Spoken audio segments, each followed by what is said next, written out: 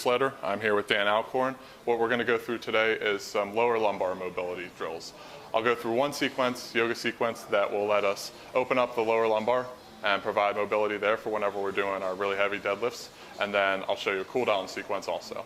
So Dan is starting in a downward facing dog. You can see there's a lot of flexion here in his lower lumbar spine. So what I'm going to have him do is pull his heels up a little bit, lower his shoulder blades back just to straighten this out a little more. Really nice. Now Dan, bring your right foot in front of your hands and come down into a low lunge. With this low lunge, keep your back knee lifted, generating heat, and then straighten out your back again a little more. See how that extension then adds here. This is lengthening out through your lower back and warming it up at the same time. Now begin to straighten your right leg, come on up into a split, like a standing half split. Here, we're providing a really deep hamstring stretch. Straighten out your lower back again, pulling your hands up to your thighs. There we go. Now we're providing that extension here again. For the last move in this sequence, you'll bend that right knee, come on down, plant the left hand, and reach back with your right hand. You can reach up to the sky, you can reach back to your back hamstring like this. Now we're providing that axial rotation, the twisting through the lumbar spine to really give ourselves some more mobility and get ourselves warmed up before the workout. And so that warm-up sequence really helps us by bending the back in 3 different ways. It provides extension through the back, we provide flexion, and then we also provide the rotation.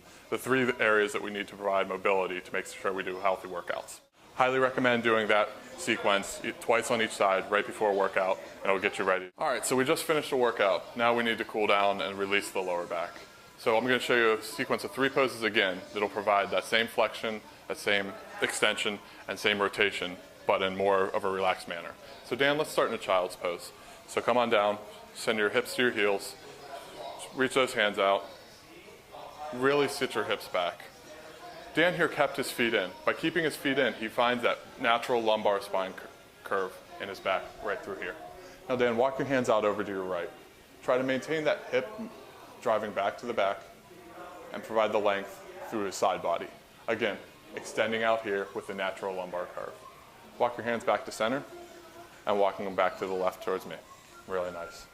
Doing this on each side, we'll start to release the lumbar spine, especially after we've worked it out so hard.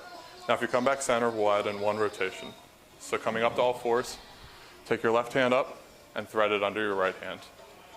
Again, just like our twist we did with the lunge, but here we're providing the rotation by providing the downward angle of the shoulder into the ground.